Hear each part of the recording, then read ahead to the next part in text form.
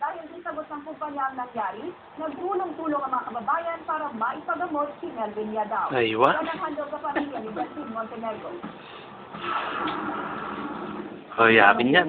At Bible 13 na matadasaan ng biker na si Melvin Yadaw, ang gutter bago sumakit ang roundabout habang sila ay papauwi. Ba, i-rex ito Lumipad pataas Ito makasiba. kasama ng kanyang motorbike. Ikinuwento ng kasamahan ni Melvin ang pangyayari. Sumulikod, tapos Ay, Dana? tapos pumalo nga yung Si Adrian. yun sa gutter. Nakita natin kung paano siya talaga umindot. Nasyak talaga kami.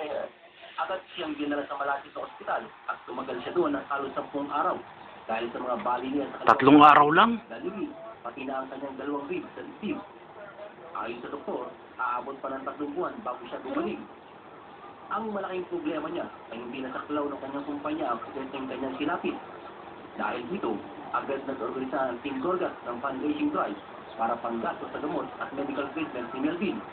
Buong puso naman itong sinuportahan ng Ako Taga Iloilo Production at Vincent Vice na siya nangatiwa sa pagpakalat ng informasyon sa mga Pinoy organization sa Qatar.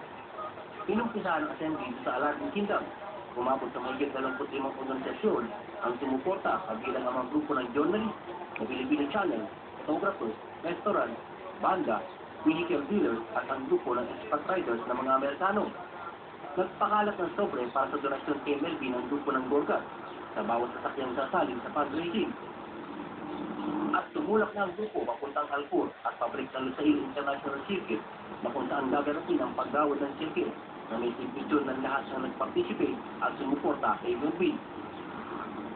Labis naman ang paghanga ng Expat Riders President Carl August sa ipinakitang pagkakaisa ng mga Pinoy.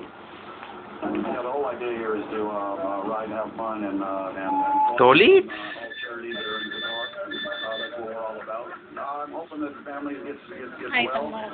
Yung sinambot yan Fallen rider, but Kaya pinasinambot mo rin yan. May nikuan G-Shock. children, they also need a little bit of support, and that's what we're all about. And we, like I said, we enjoyed it today. Ganon din ang Amerikanong si Eric Van. We put a fantastic fundraiser together. They gave us food, they gave us drinks, and made sure we were comfortable and welcomed us, and it was a great ride. Laking pasasalamat naman ni Melvin at ng pamilya niya sa ginawang pagtulong ng Filipino community sa Qatar. Ako'y nagpapasalamat po sa kanila kasi hindi ko akalain na ganito ang nagiging ganito yung mangyayari. So sana hindi na maulit sa grupo namin na ganitong trahedya.